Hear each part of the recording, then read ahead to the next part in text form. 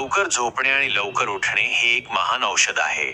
सकाळी ईश्वराचे स्मरण करणे हे सहज साध्य औषध आहे. योग, प्राणायाम आणि व्यायाम ही अमूल्य औषधे आहेत. सकाळी व संध्याकाळी चालणे हे मनःशांतीसाठी प्रभावी औषध आहे. उपवास हे सर्व रोगांवरचे निःशुल्क औषध आहे.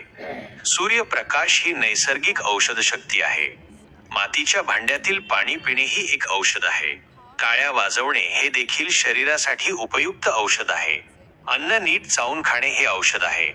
पाणी योग्य प्रमाणात पिणे व अन्न विचारपूर्वक समजून खाणे हेही औषधच आहे. भोजनानंतर 10 मिनिटे वज्रासनात बसणे हे औषध आहे. नेहमी आनंदी राहण्याचा निर्णय घेणे स्वतःसाठी आणि इतरांसाठीही एक औषध आहे. कधी कधी मौन धारण करणे किंवा शांततेत राहणे हे देखील औषध ठरते. हसणे आणि विनोद करणे हे तणाव व नैराश्य दूर करणारी औषधे आहेत.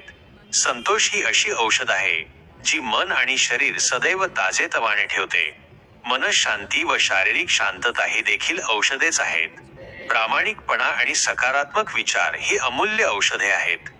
निस्वार्थ प्रेम आणि सद्भावना ही प्रभावी औषधे आहेत. इतरांचे भले चिंतणे हे एक श्रेष्ठ औषध आहे. पुण्यकारी कार्य करणे हे औषध आहे.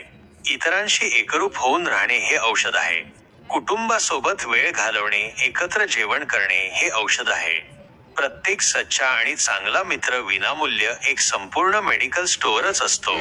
शांत, कार्यरत, निरोगी आणि उत्साही राहणे हे औषध आहे.